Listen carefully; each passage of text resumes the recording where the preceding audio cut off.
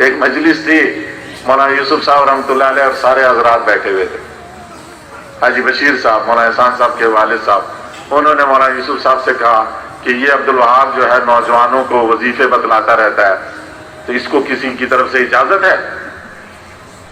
اس کو کسی کی طرف سے اجازت ہے کہ یہ ہر ایک کو وظیفہ بتلاتا ہے، یہ دعا پڑھ لو، یہ پڑھ لو، یہ پڑھ لو؟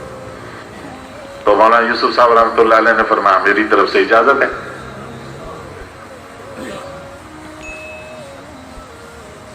حاجی بشیر صاحب خاموش ہو گئے۔ جب سارے چلے گئے، کمرے میں صرف دو ہی رہ گئے، مولانا یوسف صاحب اور حاجی بھائی عبدالوہاب صاحب۔ تو جب سب چلے گئے تو مولانا یوسف صاحب نے بھائی عبدالوہاب صاحب سے کہا وہ کیا وظیفہ بتلاتا، مجھے بھی تو بتا دے۔ ایسا نے کہا میں اپنے پاس سے تھوڑی بتاتا ہوں، میں نے وہ فلا حسن حسین کتاب میں دیکھی تھی، تو اس میں سے جو دعائیں تھی، حسن حسین دعاؤں کی مجموعہ کتاب ہے، اس میں سے وہ دعا میں نے دیکھی، وہ میں بتا دیا کرتا ہوں۔ ایسا نے مولانا یوسف صاحب نے کہا ٹھیک۔ تو وہ جو حاجی صاحب کی دو تین چیزیں ہیں تو بہت ساری، لیکن وہ دو تین چیزیں جو حاجی صاحب اپنے پاس سے نہیں بتلاتے، وہ بھی کہیں قرآن حدیث سے ہی ان کو ملا ہوا ہے، اور مولانا یوسف صاحب نے تو ان کو اجازت دے دی بتلانے کی۔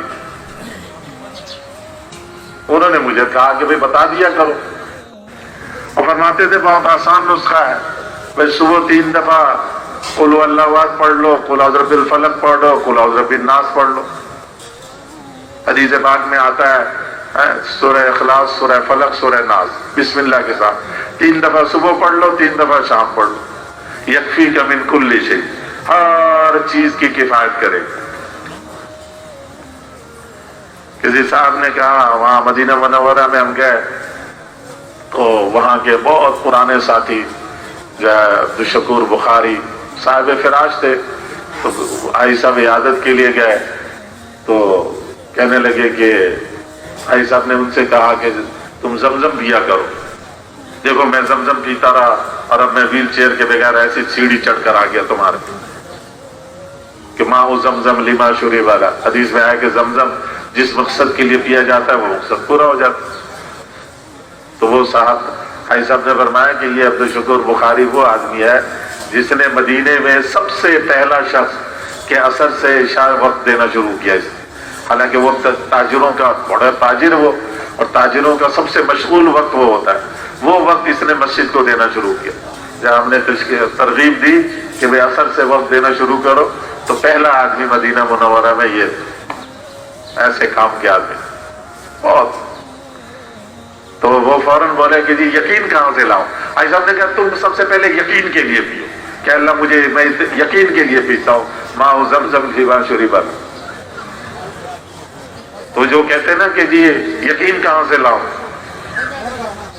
جب حدیث میں آئے یکفیک من کل شیء، ہر چیز کی کفایت کرے گی، تو یقین کے لیے بھی کفایت کرے گی۔ حاجی صاحب کہتے تھے چل پہلے یقین کے لیے پڑھ، کہ اللہ میں یہ پڑھ رہا ہوں میرا یقین بن جائے، اس لیے پڑھ رہا ہوں۔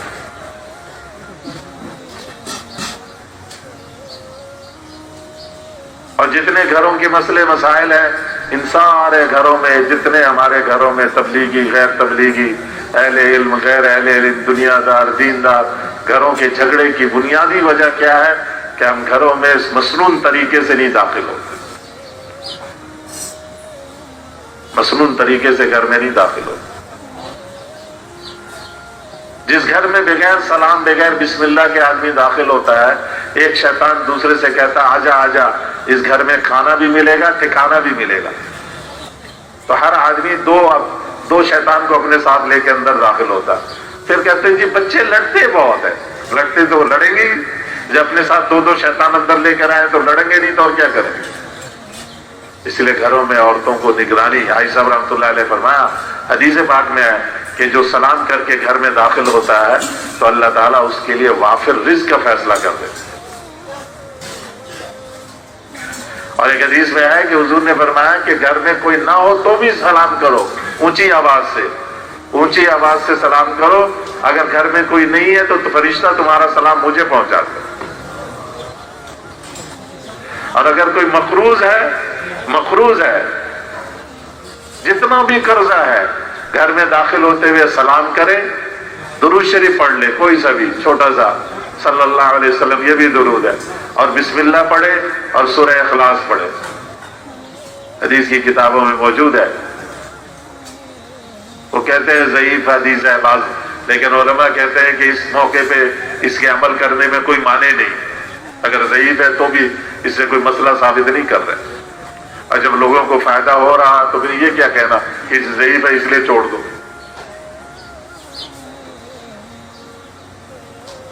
ایک دفعہ سلام، ایک دفعہ درود شریف، ایک دفعہ بسم اللہ، ایک دفعہ سورہ اخلاص، 1 منٹ بھی نہیں لگتا، جتنا بھی قرضہ ہوگا اللہ غیب سے اتارنے کا انتظام کر دے۔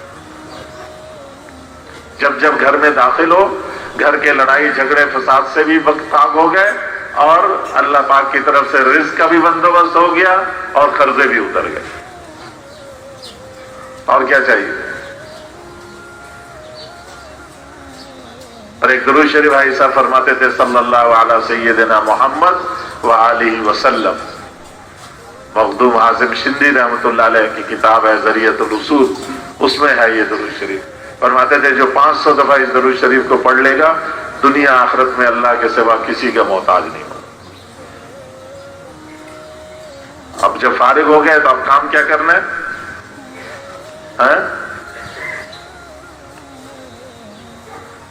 جب فارغ ہو گئے تو اب کام کیا ہے؟ ابھی تو سارا کام بتلایا، وہ کام ہی بھول گئے۔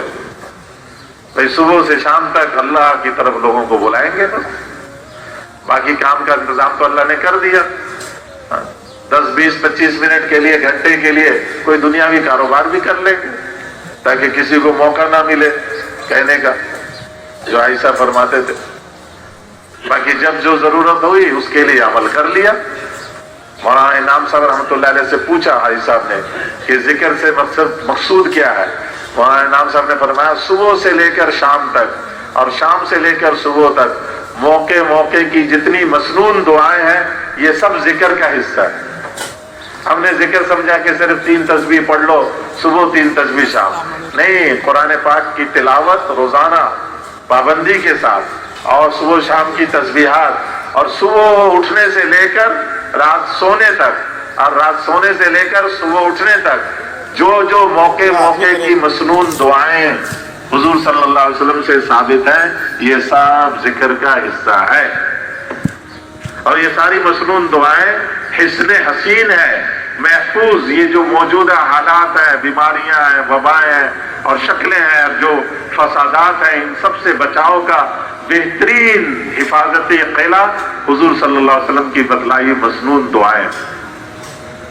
اس لیے ان مسنون دعاؤں کا اہتمام گویا کہ ذکر کا اہتمام ہے۔ وہاں انعام صاحب رحمۃ اللہ علیہ ہمارے حضرت جی تیسرے وہ فرمایا کرتے تھے کہ موقع موقع کی مسنون دعائیں یہ ذکر کے اندر شامل، تلاوت قرآن، صبح شام کی تسبیحات اور موقع موقع کی مسنون دعائیں، کھانے سے پہلے، کھانے کے بعد، سونے سے پہلے، سو کر اٹھ کر، بیت الخلا جاتے ہوئے، بیت الخلا سے نکلتے ہوئے، کپڑا پہنتے ہوئے، بازار جاتے ہوئے، بازار سے گھر میں داخل ہوتے ہوئے، گھر سے نکلتے ہوئے، ہر موقع کی جو مسنون دعائیں، مسجد میں آ رہے ہیں، مسجد سے جا رہے ہیں، آپس میں مل رہے ہیں، یہ ساری مسنون دعائیں یہ ذکر ہے۔ کریں گے نا انشاءاللہ اس کا اہتمام۔ یہ چھوٹی چھوٹی جو چیزیں ہیں یہ بڑے بڑے فائدے کو شامل ہیں، دیکھنے میں یہ چھوٹی چھوٹی ہے۔